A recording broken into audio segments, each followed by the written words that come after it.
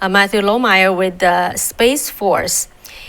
He was known as fired for expressing his concerns about Marxist ideology becoming widespread within the armed forces in a podcast show back in May. He was discussing about his book, which was new at the time, Irresistible Revolution, Marxism's Goal of Conquest and the Unmaking of the American Military. Lieutenant Lohmeier stated that the diversity and inclusion training in the military is something that the Pentagon has given prominence in order to eradicate extremists in the ranks, is, quote, rooted in critical race theory, which is rooted in Marxism, end quote. So my next question is, before bringing up the issue and discuss it publicly, did you take any action within the chain of command or raise the issue with your supervisors at the base? And what's their reactions? Great question. And this is an important point that I don't always get to address. So when I recognized that this was taking place, I presumed that those who were the purveyors of the ideology were naively doing so, that they were unwitting participants in the Marxist revolutionary cause. And I think probably that was largely true then. So I started to talk with my chain of command, my concerns that what we were seeing was dividing the force. We were pitting people against one another. We were focusing far too much on race and race identity politics, and that it was having a negative impact. And I'll tell you, our military senior leaders expressed great thanks for my sharing that feedback. Mm-hmm. Go until the 22nd of September of last year, 2020.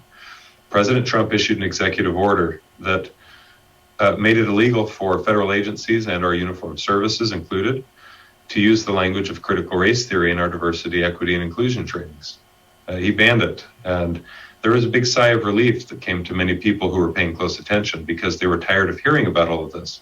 They were tired of hearing talking points that denigrated the country, that denigrated the Constitution, that pitted people against one another. And so in the aftermath of that executive order, at my base, I still saw efforts to promulgate that ideologically induced narrative.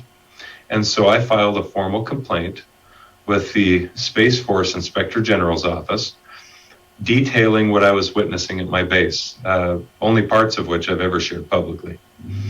And I submitted that complaint in November during the election season. And as one might imagine, these are highly politicized decisions, and they have highly political ramifications, any decisions that might be made about whether or not you'd hold someone accountable for these talking points. Well, they sat on my complaint. In fact, it was the three-star general who later fired me. Sat on my complaint in November and December and January. It's not a hard thing to investigate whether this was taking place at my base, by the way. But they sat on it for political reasons, it seems to me, and for fear. And the January 6th riot happens. And the day following, I got a written response saying that my complaint had been received and that the appropriate action had been taken, which to me didn't say anything at all. In fact, it looked to me like a dismissal of my complaint. And apparently the appropriate action was not interviewing any of the 24 witnesses that I had listed on my complaint. And it was promoting the activist base commander to his first star and becoming a general officer. And so at that point, the new administration takes place. Secretary of Defense Lloyd Austin takes his seat as the new SecDef. And there's immediately talk, and I anticipated this, I just didn't know how it would come and from whom. But there was immediately talk that the greatest security threat that we face is within our own military, that our own military is filled with white supremacists, white extremists. And I'll tell you, that was not a popular talking point among anyone in our military. They kind of scratched their head at that and thought, well, that's stupid. Never heard that before. We've never experienced that before. And yet the administration and the current senior military leadership is telling us this is a problem that we have to fix. So I was determined from that point on to finish writing a book that I had begun a couple of months earlier, the one you've mentioned, Irresistible Revolution. And the Secretary of Defense then, in a memorandum, invited every service member to stand up for one another against extremist ideologies. And that essentially put the nail in the coffin as far as I'm concerned. I was happy to do that. Only I think that the extremist ideology I was taking a stand against didn't seem to fit the type of narrative or extremist ideology that the Defense Department officials seemed to be hunting for. They were after a very particular, what they would consider conservative, Trump-supporting, and they would label white supremacist ideology. And I was trying to attack what is often associated with, whether rightly or not, a far left-wing Marxist ideology that was threatening to undermine our force and undermine our country domestically. When Lieutenant Colonel made the decision to speak out publicly, how did he consider the possible ramifications, including maybe losing the position or even losing the jobs? I did weigh possible consequences very seriously. Talked about them with my family, talked about them with a team of attorneys, and even let those who were in my leadership team in my unit know that I was going to be publishing a book, let them know that there might potentially be some ramifications, because I didn't want them to be completely blindsided by any consequences that might come my way. But I was very surprised at the rapidity with which senior military leaders elected to oust me as a commander. The allegations for which I was relieved of command was that I was politically partisan while acting in an official capacity. And that's just simply not true. I didn't act in an official capacity in writing the book. I disagree with the assertion that I was politically partisan. And as I've already covered, I mean, one of the articles that was sent out to people at my base was encouraging them which very left-leaning social justice organizations they could donate their money to if they were looking for places to donate their money. And it also informed them which candidates they should be voting for who support certain causes over other causes. It's extremely political. This was coming from uniform-wearing senior leaders, and frankly, they're the ones that were politically partisan while acting in an official capacity. And I was fired before anyone probably had their hands on the book and even saw what was in it. But they knew very well, because they were the ones that I was dealing with, they knew very well that I had been talking about my concerns among members of my unit and elsewhere broader about the divisive impact of our Marxist-rooted critical race theory talking points. They were very aware that I had filed a formal complaint with the Inspector General's office. They were unaware that the book was coming. And so when they saw that it showed up, I think they were very surprised, and they acted in haste out of fear that they would be in trouble because, you know, when the Secretary of Defense is talking about the fact that we need to root out all of the white supremacists in our ranks, and they see a white conservative commander who writes a book that seems to be political in nature, they acted really swiftly because I think they were afraid they'd get in trouble. And so they fired me. And then they said, we're going to open an investigation to determine whether or not you were politically partisan. And I never heard the end of that because that was the last time I communicated with my chain of command. And the investigation lasted for several months. I don't know what their findings were as to whether or not I was politically partisan while acting in an official capacity. So I think, frankly, probably they found themselves in a difficult spot. What do we do with this guy? He didn't seem to do anything wrong. He was very careful. He tried not to cross boundaries, and he was respectful of his chain of command. So I understand they were in a tough spot, and that's what led to my decision, not theirs, to submit a resignation letter, which I did privately, not publicly. And I requested an early retirement so that we could put an end to this ongoing congressional scrutiny that our senior military leaders were facing, the negative media attention the services were experiencing. And I requested that early retirement, which was denied. and so I did not get that. But they did approve an early separation for me, which I accepted, and my family and I moved on. They denied your early retirement, meaning you cannot receive any benefit? That's right. On the one hand, and there's plenty of service members, far more than just a handful, that are right now facing a similar, very difficult decision that they're trying to make, and it's over the forced COVID vaccines. They're saying, okay, I've served 4 years, I've served 8 years, I've served 19 years, and in one case, one lieutenant colonel I spoke with, 28 years, and they're deciding, do I hold my ground, maintain autonomy and sovereignty over my own flesh, and not let the government invade that space against my will and take a stand, but lose my pension, and potentially even face an administrative or dishonorable discharge.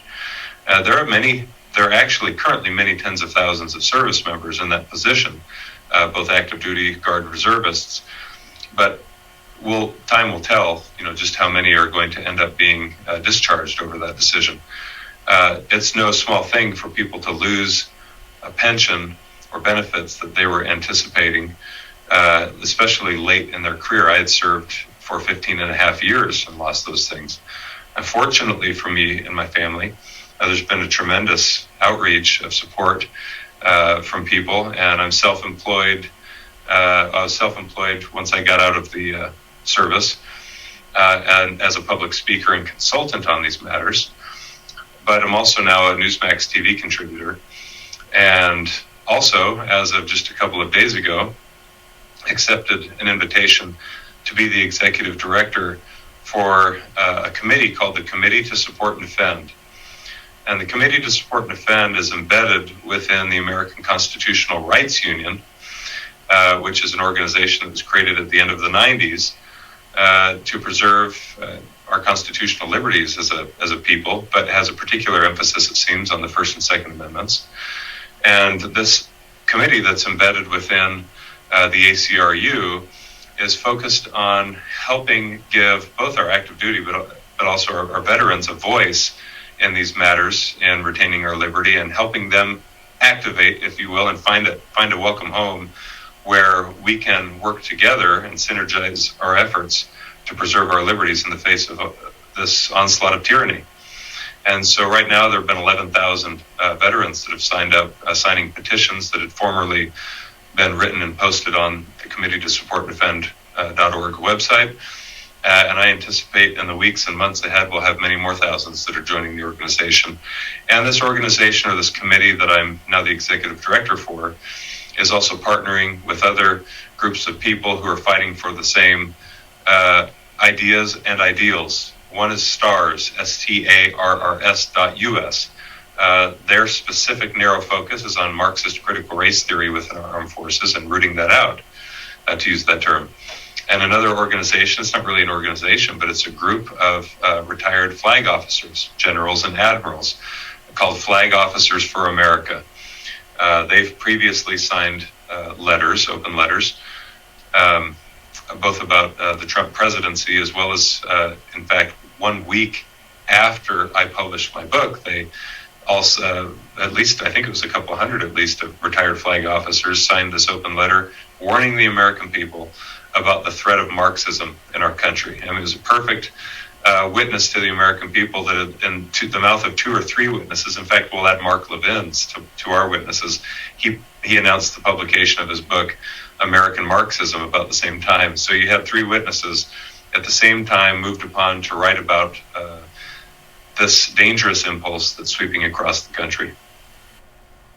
So generally speaking, just wonder how Lieutenant Colonel Lohmeier assessed the military in terms of conservative versus liberal, and why does he think the leftist ideology actually politicizes the military? Traditionally speaking, the military is fairly conservative, and for that reason it had no problem remaining apolitical, because the decent conservative voice wasn't all about bullying people all over the street into conforming to their political ideology.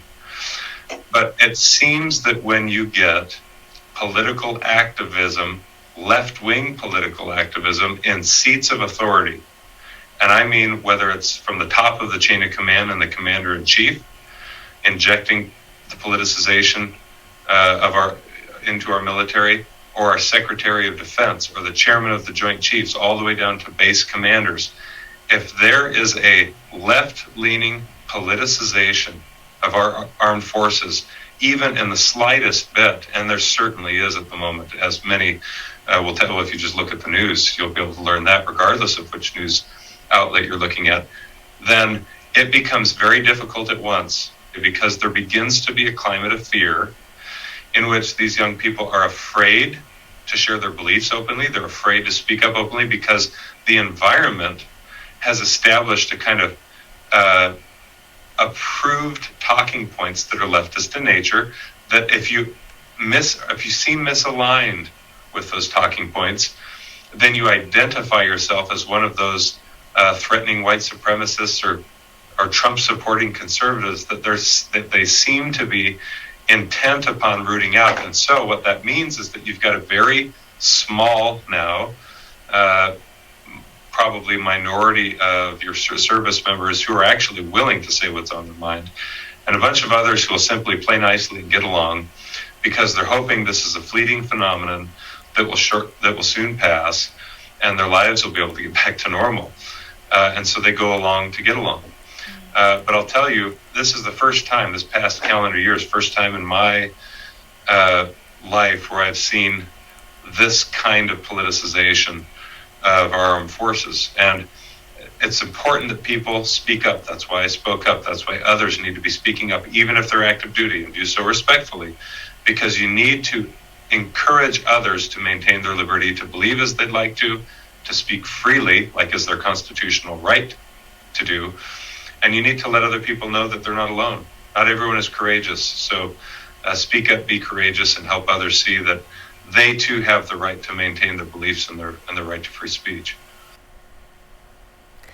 Yeah, so since the military is traditionally pretty, on the conservative side, then we see the, from the some of the top senior military leaders talking about this type of a critical race theory or white supremacist.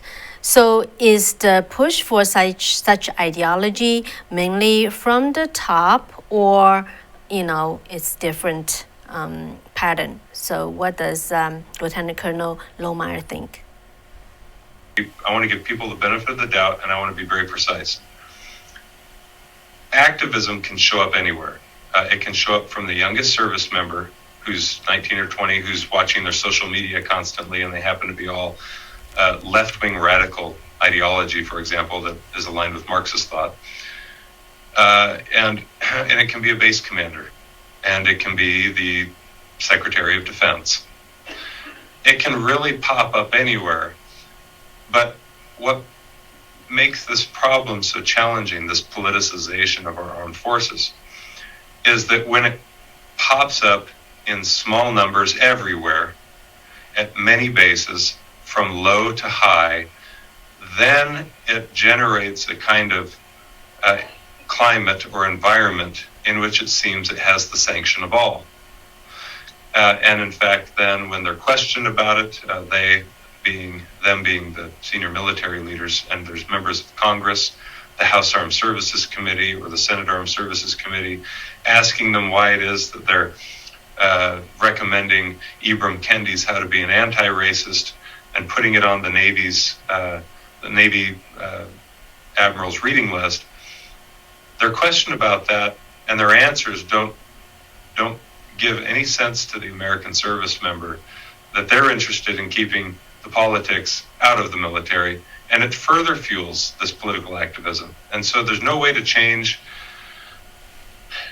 this current unless senior leaders were to step up. This would be the easiest way. Senior leaders would step up and say, hey, we're going to knock it off on all of that. That doesn't belong in our armed forces. We've got a mission to accomplish. We're not going to play race identity politics. And we all bleed the same color and we wear the same uniform. Now, unless they do that, there's no end to this in sight. Unless, much more difficult course, you have hundreds and then thousands and then tens of thousands of our active duty service members saying enough is enough. We didn't sign up for the military to enter a highly politicized environment in which America's fundamental values are under threat or threat of attack ideologically. So Lieutenant Colonel Matthew Lohmeier actually said that his first time encounter of Marxism in armed force was actually in China, the PLA. So what's about that? So I asked Lieutenant Colonel to tell us about his experience. I did spend time in China and Changchun, up at the People's Liberation Army Air Force Academy that's north of North Korea. I was there in March. It was at least 16 years ago, and I was there as a part of an official exchange with the U.S. Air Force Academy. I don't think that exchange still exists, but when I was there with that small delegation, it was the first time that I had heard the term, as far as I can remember, Marxism, Marxism. And I heard that and wondered what it was and dismissed it shortly thereafter. But they had made it clear to me that they were believers in and purveyors of Marxist ideological thought in the world, and that was to be projected from there in China abroad. And I dismissed it then, didn't take any real interest in it then. And it was years later before I ever started to take up books researching the matter and learning exactly what it was that those young people were signing up for over there. And so they didn't misspeak back in, I think it was 2005. I'll tell you, before that trip, every freshman and sophomore at the academy kind of loathes coming home from spring break and from Christmas or Thanksgiving vacation. You hate going back into a very controlled, liberty-less regime that is the U.S. Air Force Academy. At least that's how you feel about it when you're a freshman or a sophomore. But after I spent a spring break in the Chinese People's Liberation Army Air Force Academy, it was like a breath of fresh air coming home to the U.S. Air Force Academy. And there really is a tangible. Now I love those young people that I met. I want to be clear about that too. These are humans who are very much like any one of us. But I came home and there was a tangible liberty that you could feel in this country that those young people did not have. It was almost as if, I described this in the first chapter of my book, but it was almost as if they struggled, it was a sense, not something they shared, but to hang on to their humanity and their consciousness because it was being snuffed out by an ideology. Fast forward now 16 years to the year 2020 and 2021, the same spiritual impulse that you could sense there is rampant and manifest in this country. And when people start to buy into that, to a particular worldview, then they start to suppress thought, suppress speech, suppress behavior, force others, and compulse them to obey policy or rules or ideas, all the while running about talking about inclusion and how wonderful it is, how diverse we are, how wonderful it is, how equal we can be. All of these good words are thrown about all the while we're losing the human spirit. And I witnessed that firsthand 16 years ago in my life in China. Right. So from the historic perspective, we know that in the United States, the school, the education system, Hollywood, the entertainment world, all being just infiltrated by the radical left. Then how the military was also infiltrated. I try and address this quite a bit in my book. One of the catchy phrases that I've included in my book in answer to the question why and how is at the beginning of one of the later chapters of my book. I say, well, it happened gradually and then suddenly. And that's true because, trees take a long time to grow. And in fact, you can lay the seeds for a growth years in advance before you ever see any fruit produced. And it's the same is true with ideas. Ideas have to be planted in humans' minds.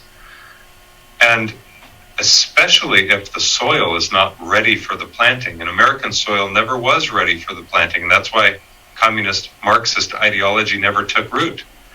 But it did sprout up in various places, and by, with each passing generation, with the radicalization of our university campuses, and the inclusion of a largely civilian administration or faculty at our military service academies that came from other universities, bringing their radical politics. I mean, they weren't even radical necessarily.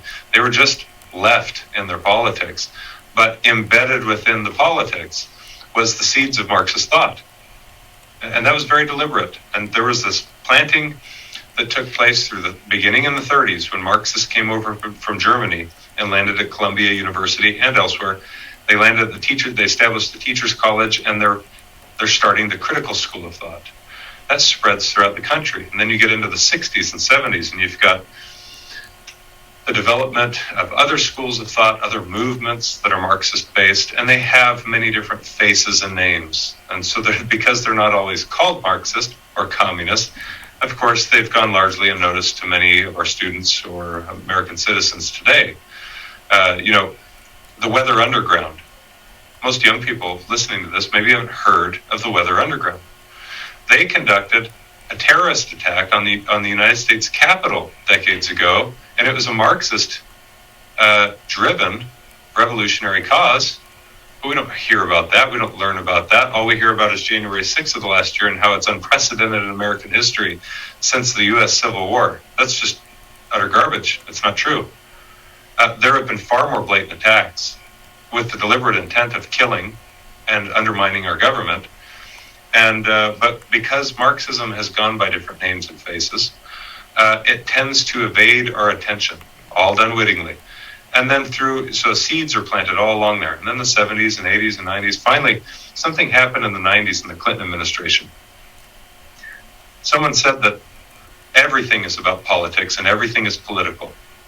And while that might have seemed silly to many people in the country at the time, rather than a descriptor of how things were at the time in the country, it was more of a prescription or an aim to be accomplished or a goal to be achieved. Because if you can politicize everything and certain ideas become politically incorrect, then what you do is you start to divide people in the country.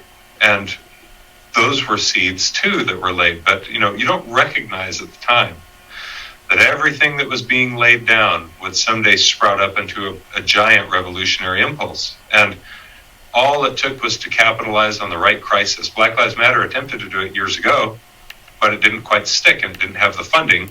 And we had the Obama administration, and there was no need to fund Antifa and Black Lives Matter. But during the Trump administration, when the conservative moment had great power, when an event happened, George Floyd's death, and it was turned into a crisis, the Marxist revolutionary capitalized on that moment and was funded greatly by the left. And that spread across the country.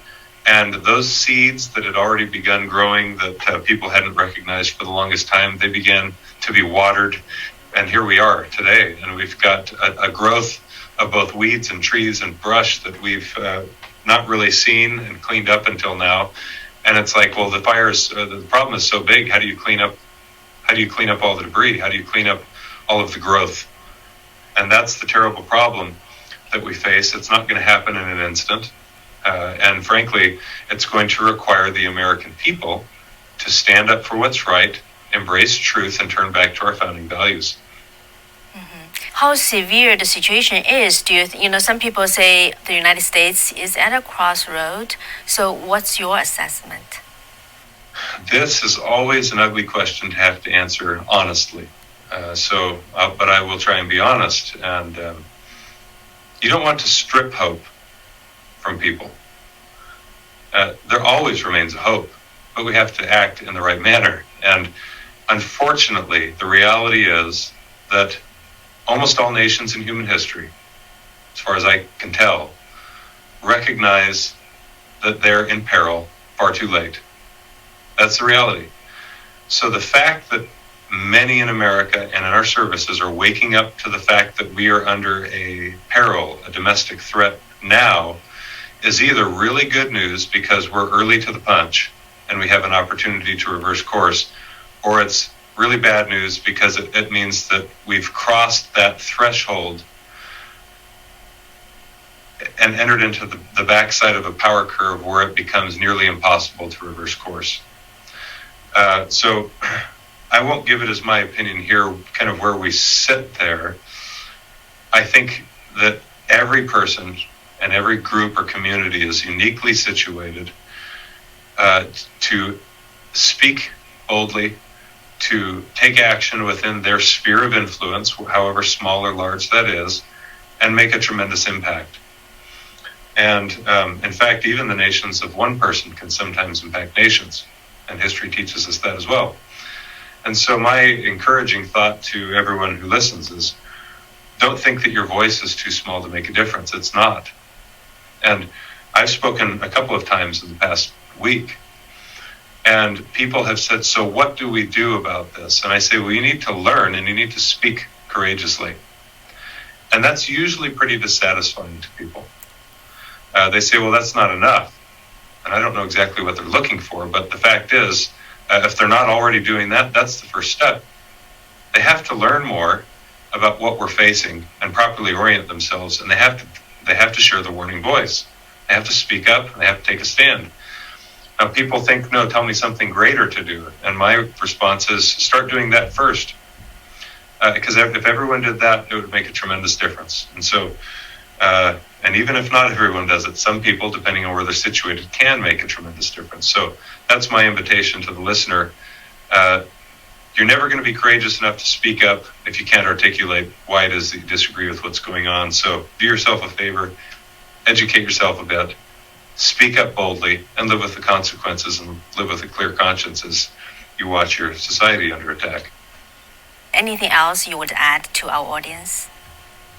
Well, I would just add this. I mentioned earlier that I'm now the executive director for the Committee to Support and Defend, which is a committee that belongs to the American Constitutional Rights Union. It used to be led by at least Lieutenant Colonel retired Alan West, who's now running for an office in Texas. I would send people to the Committee to Support and Defend.org. And if they're interested in getting involved, they can sign the petitions that are there, not written by me, but assumed now by me. And they can look there for future information that I'll be sharing and join in the effort of both veterans who have served, who are trying to get involved and honor their oath to support and defend the Constitution, but also get involved in active with giving a voice to the active duty American service member who often feels like he or she does not have a voice at the moment. And so I'll be working to further both of those purposes through that committee. Mm-hmm. Yeah, and I think what you just explained, the history of how the radical leftist infiltration, so people should check out this book. Great. Well, I sure appreciate your endorsement. And I'll add this too, that there are a lot of people reading the book right now, a lot of people. And often what I hear when people have finished reading it is that they're buying more copies to give as gifts to other people because it's been impactful. And there haven't been many times in my life where I've read a book and then gone and bought a bunch of copies to hand out to other people. So that I keep hearing that that's happening indicates to me that the book was timely, that the message is helpful, and that people have hope that if we inform other people, they too will become courageous, take a stand, and hopefully stave off this Marxist impulse. Thank you so much, Lieutenant Colonel, for coming to our show. Thanks for having me.